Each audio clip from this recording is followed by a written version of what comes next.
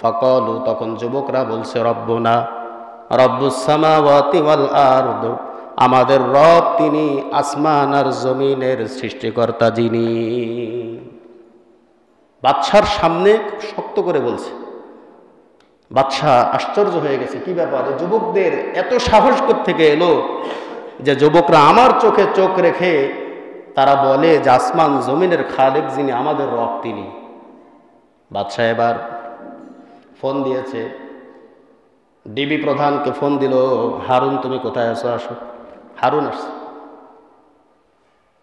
DGFI এর প্রধানকে ডাকলো, কাউন্টার টেরোরিজমের মনিরুলকে ডাকছে, সব জমা হয়ে গেছে। কি ব্যাপার, এই 7 জন যুবক আমার বিরুদ্ধে কথা বলে, আমার মূর্তি পূজার বিরুদ্ধে কথা বলে, এদের ব্যাপারটা কি তোমরা একটু দেখো। হারুন বলছে, স্যার কোনো সমস্যা নাই, আমি তো আছি, আমি নিয়ে যাচ্ছি আমার ভাতের হোটেলে খাওয়ায় দাওয়ায়, দেখি কোনো লাইন করা যায় কিনা, একবেলা খাওয়ায় লাইন টাইন করে দেখি কিছু করা যায় কিনা। যদি লাইন করা না যায় তাহলে মনিরুল তো আছে কাউন্টার টেরোরিজমের, অপারেশন ইগল হার্ট দিয়ে কোনো একটা ঘরে আটকে রেখে চারিদিকটা আটকায় বলবো যে জঙ্গি মারছে। আর আমাদের সহযোগিতার জন্য প্রথম আলো, ডেইলি স্টার, 71, ডিবিসি, মুন্নিশা সাংবাদিকরা তো আছে, এদেরকেও খবর দিয়েছি, কোনো সমস্যা নেই, আমরা দেখতেছি, আপনি বিষয়টা থামেন। বাচ্চা বলল যে ঠিক আছে নিয়ে যাও। এদেরকে ডিবি হারুনের কাছে দিয়ে দিল।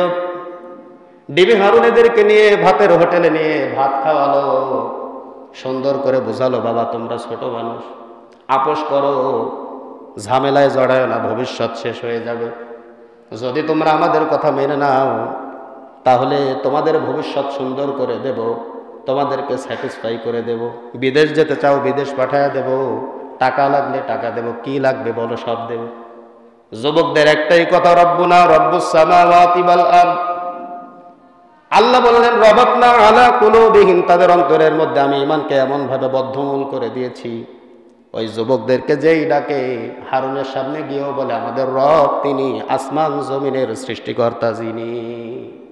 বলে বুঝতেছো না, চাপাই নবাবগঞ্জে নিয়ে ঘরের মধ্যে বন্ধ করে চারিদিকতে ঘেরাও করে জঙ্গি নাটক দিয়ে তোমাদেরকে মারা হবে। বলে কোনো ভয় পাই না, আমরা আমাদের ঈমান থেকে এক চুল পরিমাণ আমরা বিচ্যুত হতে পারবো না। এ তো খুব সমস্যা। যুবকরা আরো বলছে লাকাদ কুলনা ইদান শাতাতা, আল্লাহ ছাড়া যদি আমরা অন্য কাউকে রব হিসাবে মেনে নেই তাহলে আমরা বড়ই গর্হিত কাজ করলাম, এটা আমরা মানতে পারবো না। গোয়েন্দা প্রধান, কাউন্টার টেরোরিজমের প্রধান, সবাই তাদেরকে বলল ঠিক আছে, তোমরা তো ছোট মানুষ, আজকের রাতটা ভাবো, আজকের দিনটা, কালকে তোমাদের সাথে আবার দেখা হবে, তোমরা ভাবতে লাগো 2-1 দিন, চিন্তা ভাবনা করো কি করবা। তাদেরকে সময় দেওয়া হলো, 3 দিন সময় দেওয়া হলো। 3 দিনের মধ্যে তোমরা ভাববা, ভেবে আমাদেরকে রিপোর্ট করবা। যদি তোমরা আমাদের ধর্মে ফিরে আসো তাহলে তোমরা বেঁচে গেলা, আর যদি আমাদের ধর্মে ফিরে না আসো তাহলে তোমাদেরকে হত্যা করা হবে। 7 জন যুবক এবার রাতের বেলায় মিটিং করছে, কি করা যায় বলো। একজন আরেকজনের সাথে পরামর্শ করছে। একজন বলল দেখো, যদি আমরা তাদের ধর্মে ফিরে যাই আমাদের আখিরাত নষ্ট হয়ে যাবে, আর যদি আমরা এখানে থাকি তাহলে আমাদেরকে হয়তোবা হত্যা করবে। যখন আমাদের একজনকে আরেকজনের সামনে হত্যা করবে তো অপরজনের হত্যা দেখে আমার হৃদয়ের মধ্যে ভয় সৃষ্টি হবে, তখন হয়তোবা আমি ঈমানের পথ থেকে বিচ্যুত হয়ে যাব। কাজেই এই 2টা পথের কোনো পথেই যাওয়া যাবে না। বাদশার ধর্মে ফিরে গেলে আখিরাত শেষ, আর এইখানে যদি থাকি এটা আমাদের জন্য রিস্ক হয়ে যায়, আমাদের জন্য এটা রিস্ক হয় যে আমরা ঈমানের পরে থাকতে পারবো কি পারবো না। কাজেই এই দ্বিধাদ্বন্দ্বের মধ্যে না থেকে যা আছে কপালে, দেখা যাবে কাল সকালে, গাট্টি বস্কা যা আছে সব বাঁধো বগলে, সবাই মিলে হিজরত করো, আমরা এখান থেকে চলে যাব, এই দেশেই আর আমরা থাকবো না। 7 জন যুবক চিন্তা করলো, আমরা এখন আর এই দেশে থাকবো না, এখান থেকে আমরা হিজরত করব। রাতের অন্ধকারে 7 জন যুবক বের হয়ে গেছে। আল্লাহ পাক রব্বুল আলামিন তাদের অন্তরের মধ্যে জানায় দিলেন ও যুবকরা ফাউ ইলাল কাহফি, রাতের বেলায় রওনা করছো, সকাল যদি হয়ে যায় বাচ্চা তোমাদেরকে ধরে ফেলবে, তাই রাতের বেলায় তোমরা কোনো গুহার মধ্যে আশ্রয় নাও। যখন দিনের বেলা হবে গুহার মধ্যে থাকবা, পরবর্তী রাত্রে তোমরা আবার রওনা করবা। রাতের বেলায় গুহার মধ্যে ভোর হওয়ার আগেই তোমরা গুহার মধ্যে প্রবেশ করে যাও। 7 জন যুবক যখন রওনা করছে, তাফসীরের কিতাবের মধ্যে লেখে প্রতিমধ্যে একজন রাখাল তার ছাগলগুলোকে চরানোর জন্য একটা ভূমিতে বিচরণ করছিল। ওইখানে একটা কুকুর ছিল, এই কুকুর ওই ছাগলগুলো পাহারা দিত। ছাগলগুলোকে কুকুরের পাহারায় দিয়ে যুবক রাতের বেলা ঘুমায় গেছে। এই 7 জন যুবক যখন যাচ্ছিল ওই পথ দিয়ে, ওই কুকুরও তাদের পিছু নিয়ে নিল। কুত্তারে তাড়ায় তুই যা, কুকুর কিছু বলে না, কুকুর যায় না। এত করে কুকুরকে তাড়ায় কিন্তু কুকুর যায় না। অবশেষে 7 জন যুবক বুঝে ফেললো যে এই কুকুরটাও আমাদের সঙ্গে হয়ে গেছে।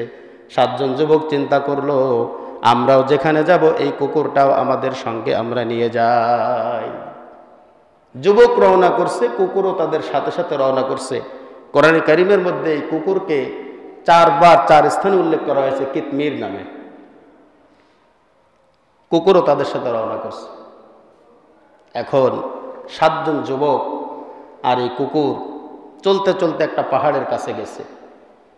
পাহাড়ের ওইখানে যাওয়ার পরে একটা গুহার মধ্যে তারা আশ্রয় নিল যে আমরা আজকে ভোর যেহেতু খুব কাছাকাছি, এখানে আশ্রয় নেই, সকাল হয়ে গেলে তো বাচ্চা আমাদেরকে ধরে ফেলবে, দিনের বেলা এখানে আত্মগোপন করব, সন্ধ্যার পরে আমরা আবার রওনা করব। তখন তো পাহাড়ি অঞ্চল, খুব বেশি দ্রুত এগোনো যায় না। পাহাড়ি অঞ্চলে হেঁটে দেখবেন কি যে কষ্ট, একটা পাহাড়ে উঠান নামা আমাদের জন্য কি পরিমাণ কষ্ট। তো ওরা ওই পাহাড়ের গুহার মধ্যে আশ্রয় নিয়েছে। পাহাড়ের গুহার মধ্যে যখন আশ্রয় নিল, আল্লাহ পাক রব্বুল আলামিন কোরআন কারীমের মধ্যে তাদের ঘটনা তুলে ধরেছে।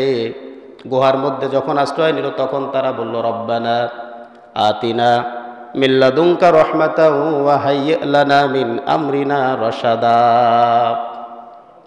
যুবকরা যখন গুহার মধ্যে ঢুকছে, গুহার মধ্যে ঢোকার পরে যুবকরা আল্লাহ পাক রব্বুল আলামিনের কাছে দোয়া করলো, রব্বানা, ও আমাদের রব, আতিনা, আমাদেরকে দান করেন, মিন লাদুনকা রহমাতান, আপনার পক্ষ থেকে রহমত, ওয়া হাইয়্ লানা মিন আমরিনা রাশাদা, এবং এই ঈমানের উপর অবিচল থাকার জন্য যা যা দরকার আল্লাহ সব কিছু আপনি আমাদের জন্য ব্যবস্থা করে দেন।